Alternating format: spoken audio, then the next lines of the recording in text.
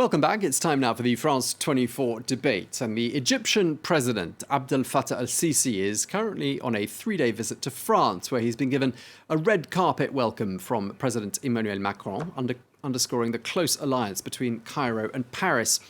Well, the Egyptian presidency says that both nations wish to pursue their strategic relations, and the two leaders are understood to have been discussing numerous regional and international issues. But not everyone is pleased to see these two men standing side by side. Rights groups have branded President Sisi a dictator, and they point to the fact that there are currently 60,000 prisoners of conscience in Egypt at this very moment.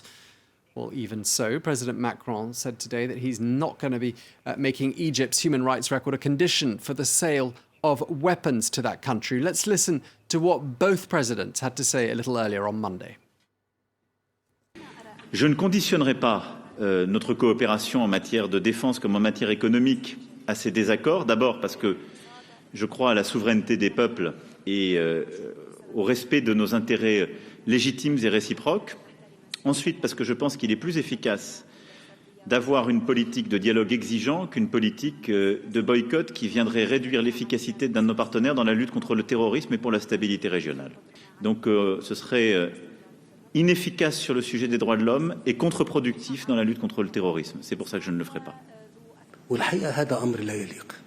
The truth is that the statement that Egypt is an oppressive state is inappropriate. It is not appropriate for you to present the Egyptian state, with everything it does for its people and for the stability of the region, as an oppressive regime. This view of the Egyptian state belongs in the past.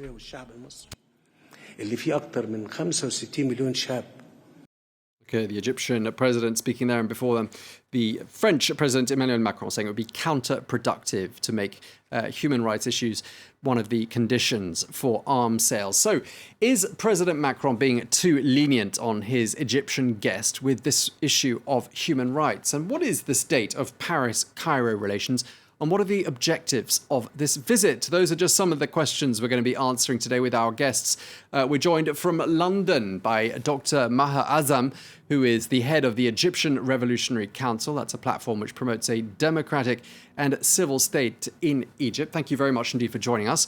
We're joined from Barcelona by Timothy Caldas, who is a non-resident fellow at the Tahrir Institute for Middle East Policy. I would like to start by asking you, Dr. Maher Azam, a quote from an Amnesty International report. It says here that Egypt has become, and I quote, an open-air prison for critics. Just tell us how bad things are, in your opinion. The situation is critical in Egypt and has been so since 2013. The human rights situation has deteriorated year after year. We have over 60,000 political prisoners. We have reports from Human Rights Watch and Amnesty showing that torture is systematic. We have executions that have taken place, over 30 in the month of the last month of October. We have disappearances of political dissidents. Egypt is an open-air prison. Journalists are arrested on the list of Reporters Without Borders. Egypt features, I believe, 166 out of 180 countries. The situation is dismal. There is no freedom of assembly, no freedom of speech. There is no other way to describe Egypt except as an authoritarian state under Abdel Fattah al-Sisi. So, in a sense, the opportunity was lost today by President Macron to really put some pressure on the dictator in Egypt and to uphold the values that France espouses.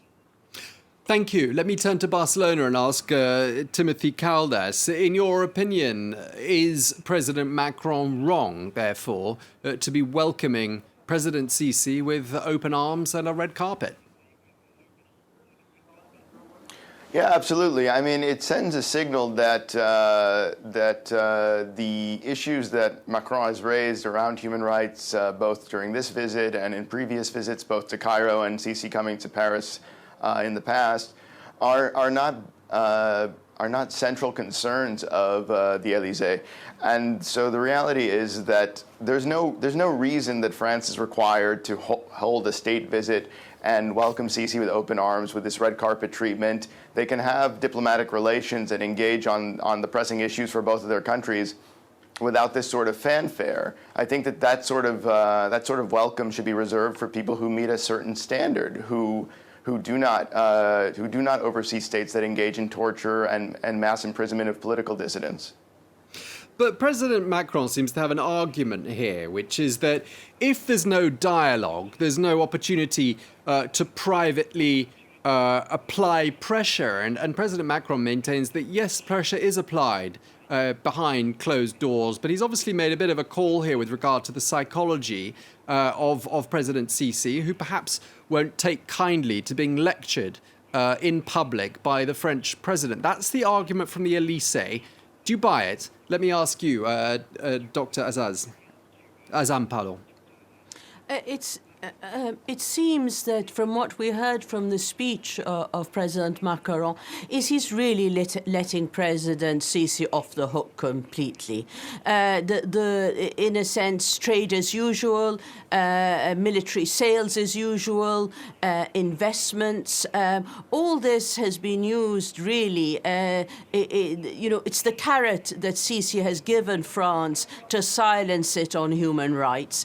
And I believe even if there has been mention of human rights behind closed doors, the statements that Macron has made publicly are ones that really give a green light to President Sisi to more or less carry on as he is. And this is a shame after really what happened just days ago with the arrest of the EIPR staff. Yes, they were let go, their assets just a few days ago, their assets are frozen, and they are a symbol of what is happening in Egypt, throughout Egypt, and they are only part of the story, which is a very ugly one in terms of human rights violations. But President Macron's approach isn't new. If I could also just add, go for it. Jump in.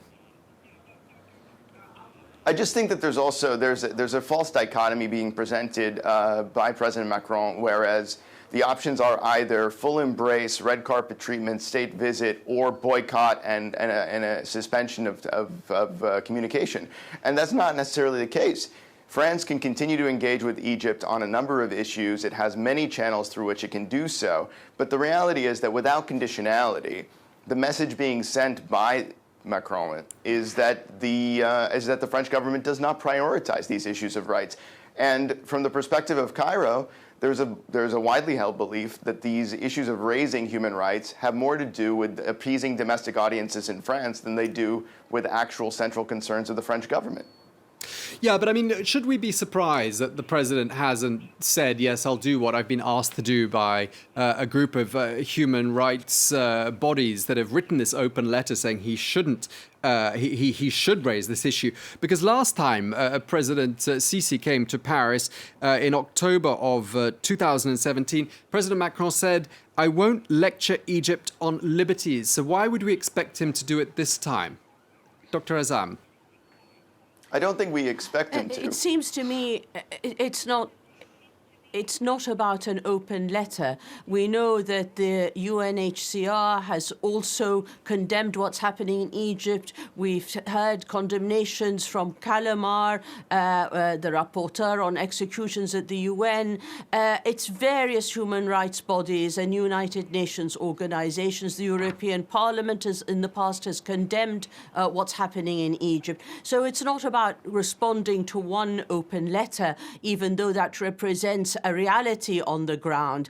The fact is that Mr. Macron, I would go further. It's not that he put aside the issue of human rights and didn't address it. He has actually helped in enabling Sisi to carry on with what he's doing. He has become an enabler of the violations in Egypt because there needs to be, the situation is not black and white, as my colleague has said, but no, it would have been a chance for France to show leadership in this issue of human rights violations, and on the contrary, it has failed abysmally, and in a sense, it has underscored the reality, and that is that trade and interests come before human rights in the region, in the Middle East region.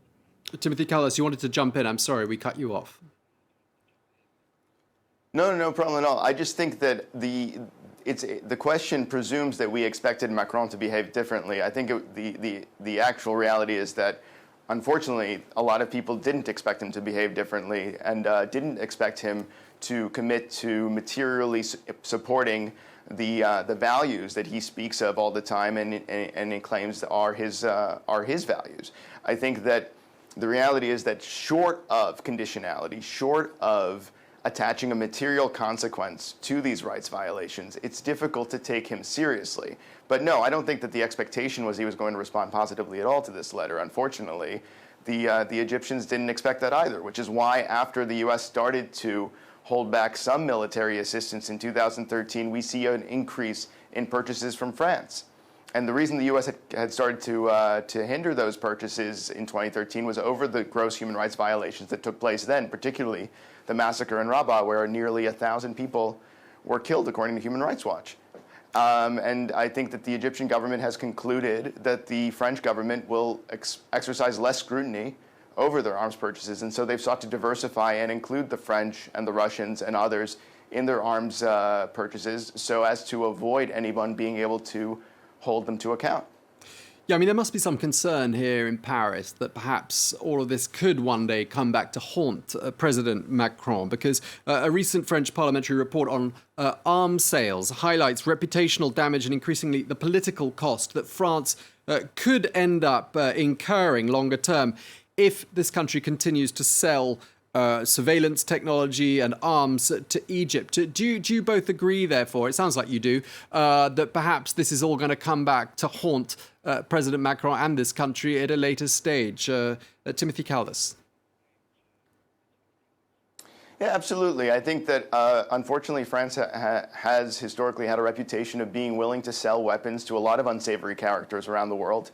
And this is one example of that. And I think that while President Macron has also painted a very unrealistic picture that indeed has helped President Sisi justify his repression, because he contextualized his comments on the issue of human rights around issues of security and issues of stability. And the reality is that the repression that is being undertaken by the Egyptian government is not promoting security, quite the contrary. Imprisoning peaceful political critics alongside terrorists has created a situation in which Egyptian prisons can be sites for radicalization of people who have otherwise pursued their opposition peacefully. Moreover, the repression and the scale of the repression has created an enormous amount of tension in Egypt and no safe, peaceful mechanism for expressing that tension. And so there is a continual fear that protests could spin out of control, which is a fear that is shared by the Egyptian government, which is why you see them reacting so overwhelmingly when a few thousand people across the country, in a country of 100 million people,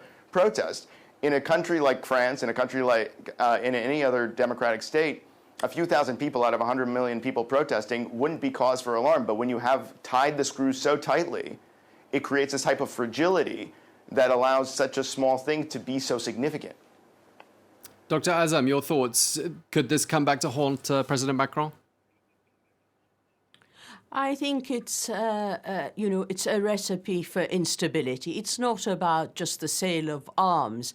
President Macron is supporting a dictatorship that essentially represents a minority, a dictatorship that has pursued the iron fist policy in order to survive.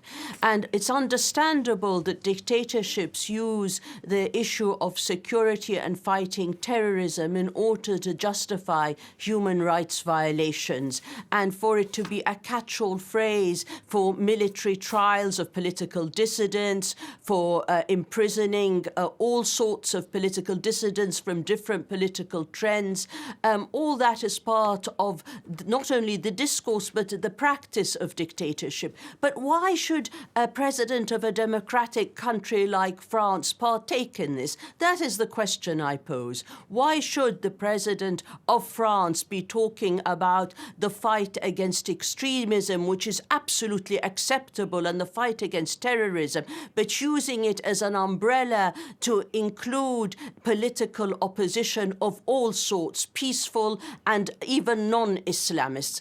That is what Sisi is doing, and President Macron is using the same sort of discourse, which entails an attack on civil liberties, an attack on any kind of freedom of assembly or freedom of expression in Egypt. Egypt is essentially a country where there are the voices of the opposition are clamped down on, and we see the repercussions every day of people being imprisoned and tortured. Mr. Macron represents a democracy. He should not have gone down that path. He could have done more during this visit and opened the door for more pressure on Sisi. This is a recipe for less stability than France would ever want in the region, not more stability. Okay, we've got a third guest who's just joining us now from Cairo. We're joined by Ayman Aboulayla, who is from the Franco-Egyptian Parliamentary Friendship Group. Thank you for joining us at this late stage of the discussion. We're just talking about the dismal state, to quote my guests, of human rights in Egypt right now. And we're discussing whether President Macron is wrong to be welcoming your president, Abdel Fattah Sisi, in Paris with such open arms. What are your thoughts? I think that the relation between Egypt and France is very good relation, historical relation. And the relation between the two presidents is very transparent and obvious for everything. Always when you go to Europe, you hear about one thing, the human rights. I don't know why. Like all Egyptians are in prisons, everybody is out of order, cannot speak. I can talk with you in any subject now, and this is for the wrong ideas which is sought in many human rights publicity in your country. This is why this repetition is not right, because we have perhaps some other definition for human rights for the time being, because we are still surrounded by territories where there is quarrels and wars, and the terrorism is around us inside our country. Thus, you cannot measure your human rights with our human rights. I have heard in your introduction that a lot of people are in the prison without any cause, without any reason. This is not right. We have the Human Rights Committee in our parliament which interfere in each president and know each subject in this situation. Thus, I'm astonished about your idea about the human rights and the bad human rights in Egypt.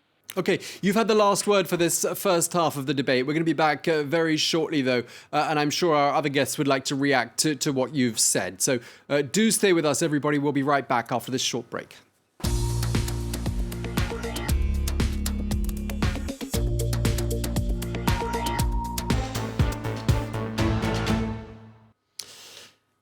It is time now for part two of the France 24 debate. We're discussing the visit to France by the Egyptian President Abdel Fattah Sisi, who's been given a warm welcome with pomp, drum rolls, trumpets, and a Republican Guard cavalry escort through the centre of Paris, and then a red carpet welcome into the Élysée Palace by President Emmanuel Macron.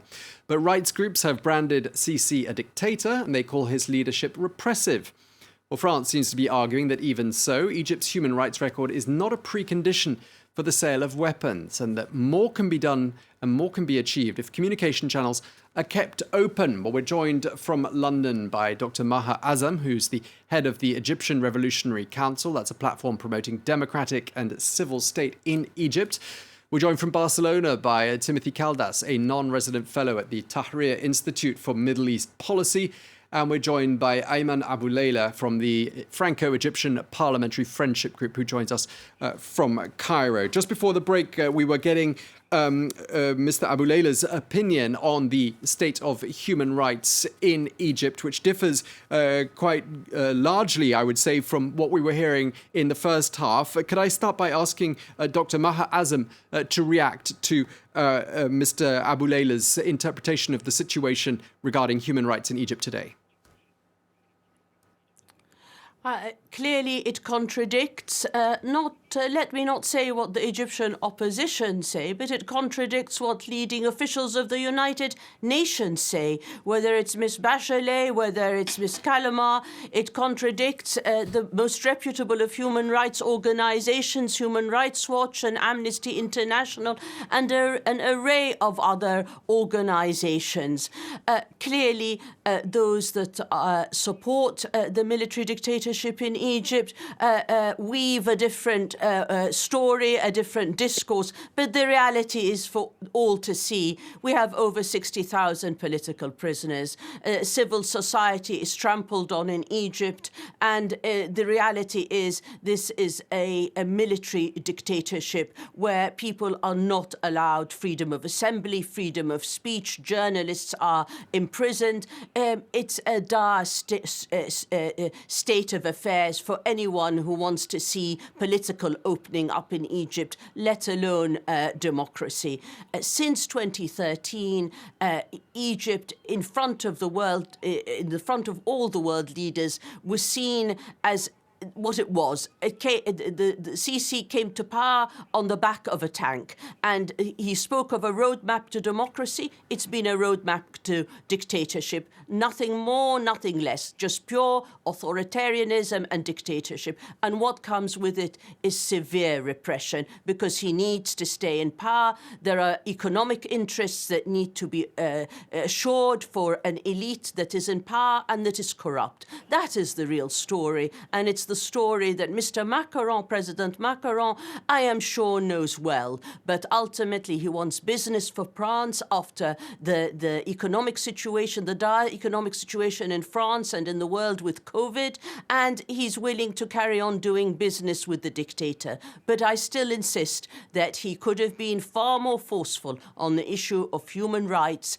And the reality is that even if we say, talking behind closed doors is more efficient, my question again is, why hasn't it been efficient since the last time they met? They've been talking about behind closed doors since 2019, 2017. Well, the human rights situation has deteriorated, and it will continue to deteriorate if President Macron and others like him continue to court Sisi, the dictator.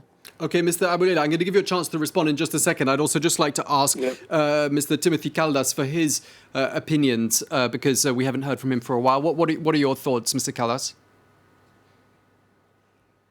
I think, respectfully, Mr. Abouleila's position that Egypt is a free country is completely untenable. When there was a constitutional referendum recently that in part would extend President Sisi's ability to stay in power until as late as 2030, one individual stood in Tahrir Square with a sign calling on people to vote no, and he was immediately arrested and thrown in prison. There were virtually no signs anywhere to be seen in Egypt encouraging anyone to vote no. No one was allowed to take an opposite position to that of the government.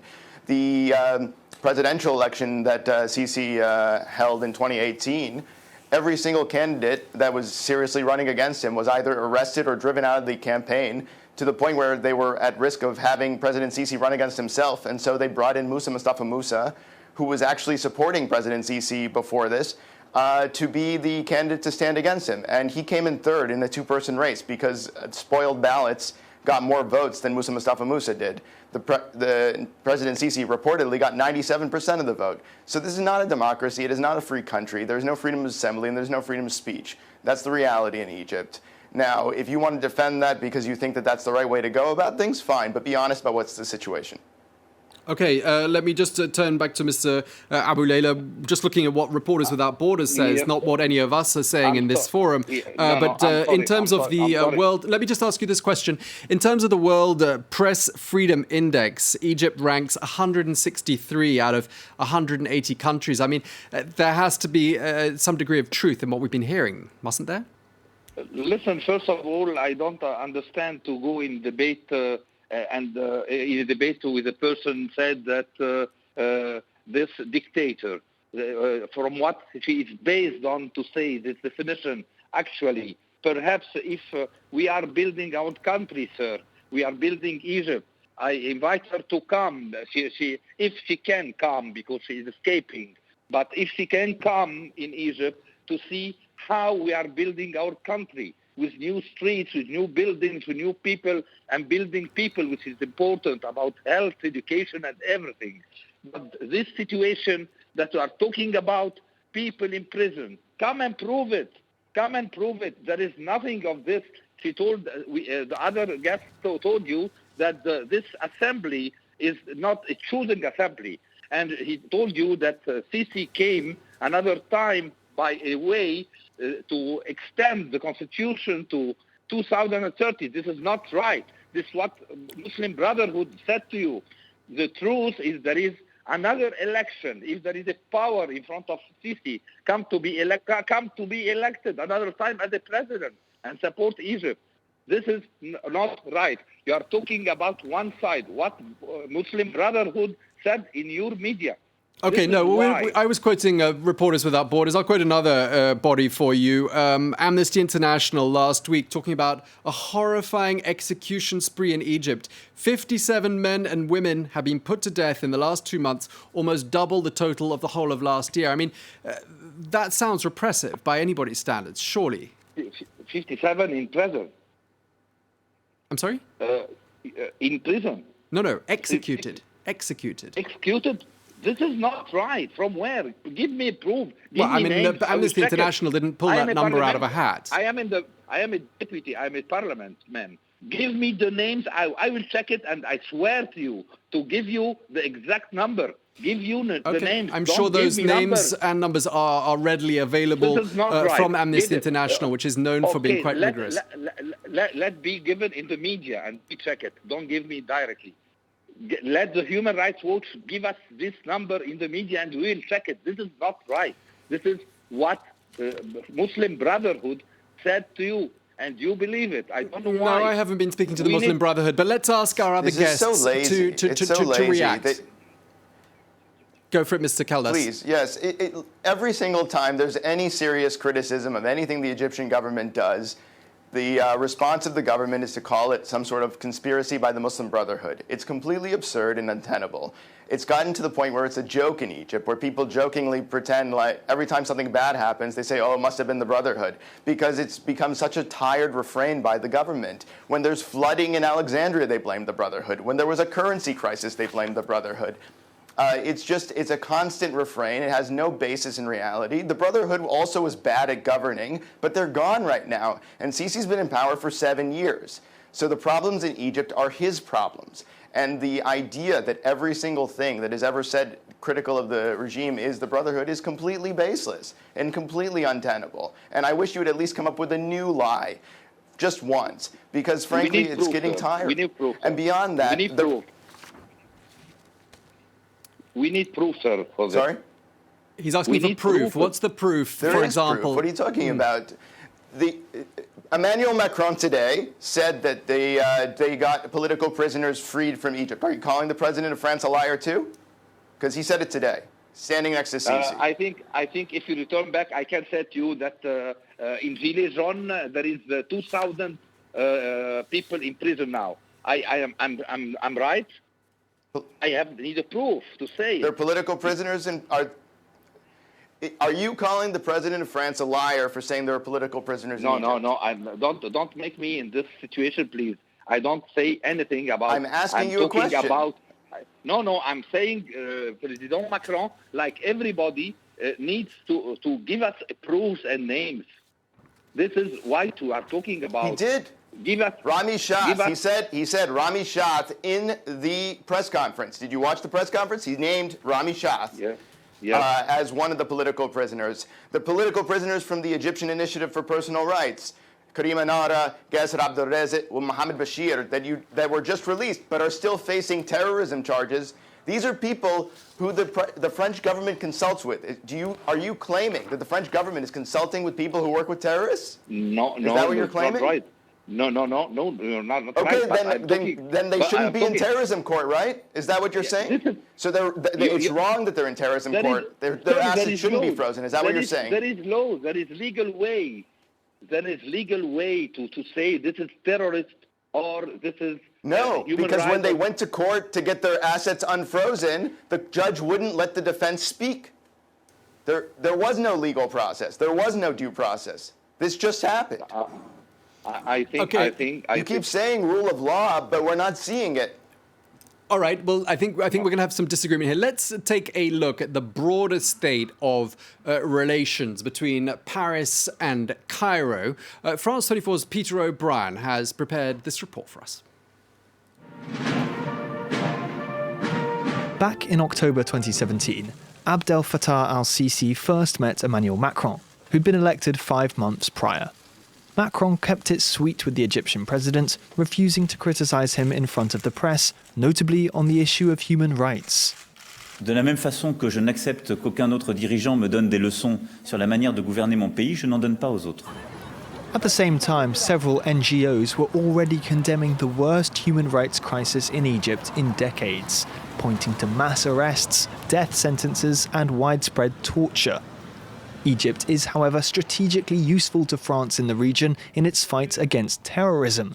And with billions of euros worth of French military equipment sold to Egypt, including battleships and Rafale fighter jets, France has become one of Egypt's top arms suppliers.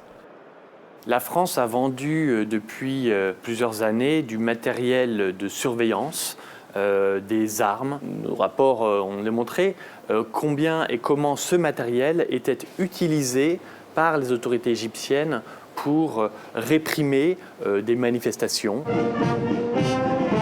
In January 2019, Emmanuel Macron went to Cairo, where unexpectedly he did raise the question of human rights.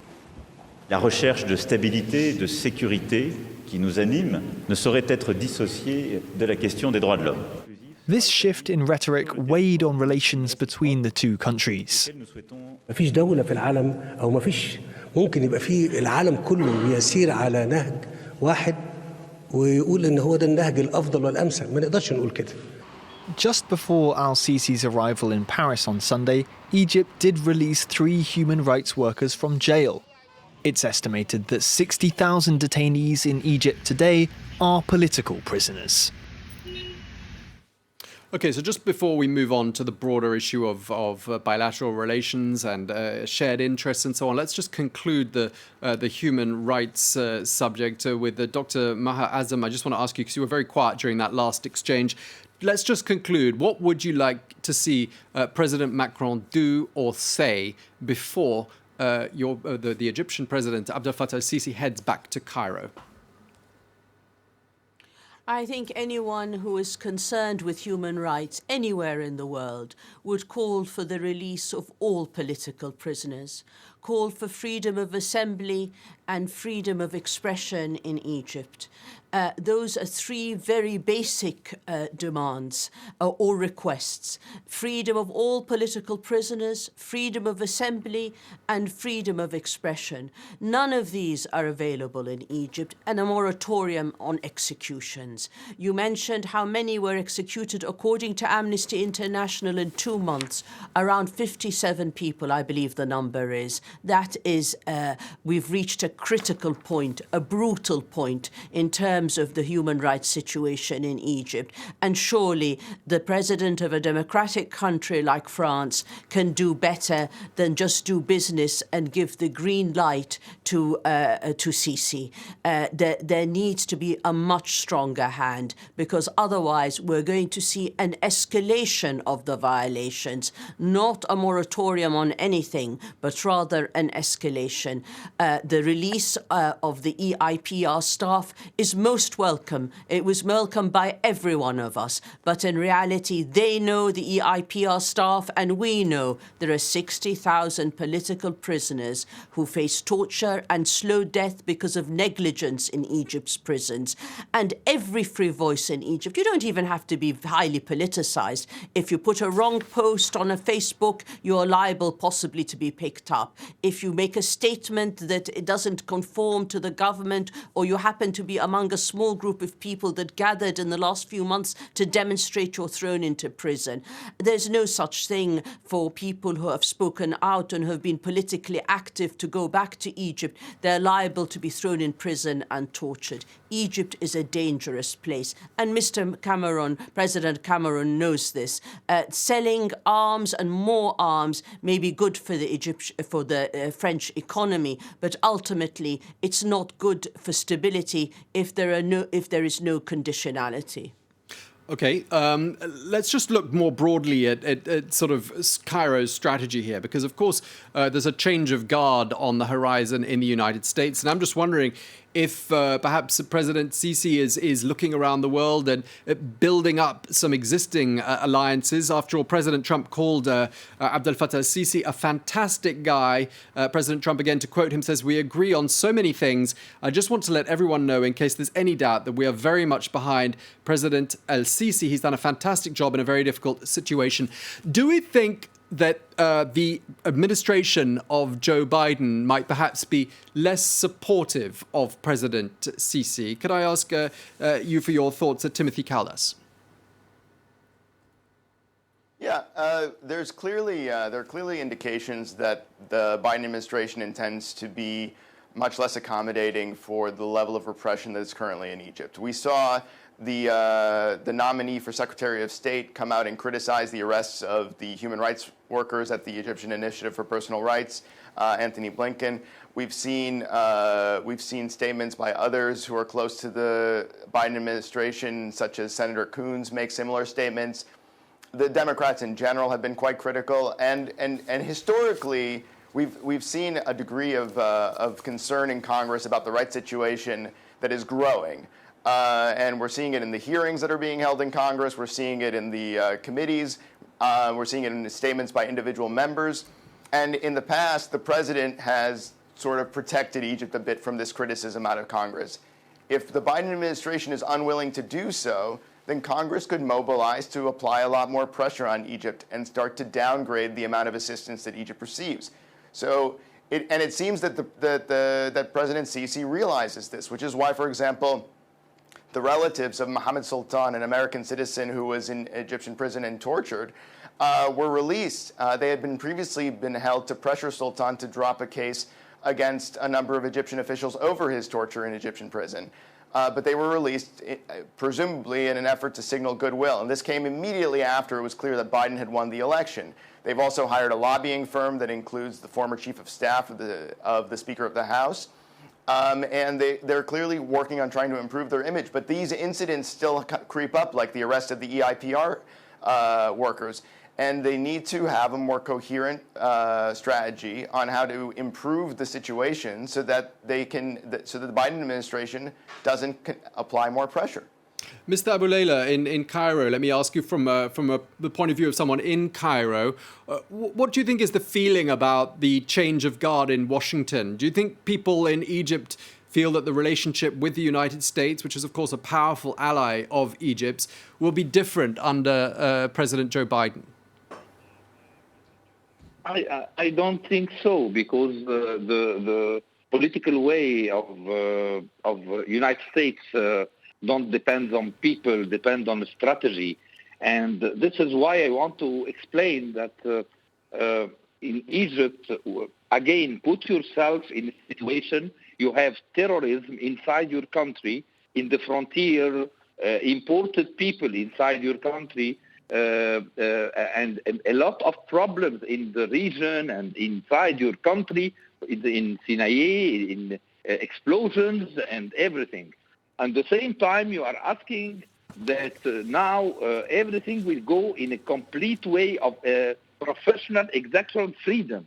Yes, perhaps there is many mistakes in the start of 2014, but now again we are building our own country. We are helping everybody to say his words, his name, and to express himself. This is why I need the people who are talking about what's going in Egypt to come near Egypt. And again, those names, I don't know those numbers, 60,000 political prisoners. I think this is very exaggerated numbers. Okay, well, that's, as we've been saying, it's an Amnesty International figure, not one that we've pulled out of thin air. Let's go back to talking about geopolitical relations, though. Please, jump in. Can I address this question of terrorism? I agree that Egypt has a terrorism problem that is challenging and that they are in the middle of fighting. And I think that it's a huge waste of resources to prosecute peaceful critics in terrorism courts and to have the security apparatus monitoring peaceful dissidents and arresting them and persecuting them. And this is a waste of resources when Egypt has an urgent problem in terms of fighting terrorism. I agree, and it's important. And we should see Egypt focus its resources on actually targeting that problem and focusing on people who are actually violent. But arresting peaceful researchers who meet with European governments to talk about human rights is a waste of those resources and distracts from that goal. Indeed, and the Office of the UN Human Rights Commissioner says that the use of counterterrorism and national security legislation is something that's used to silence dissent, and therefore it's being abused. So that comes from the UN High Commissioner for Human Rights. I just want to ask another issue. Go ahead, Dr. Azam.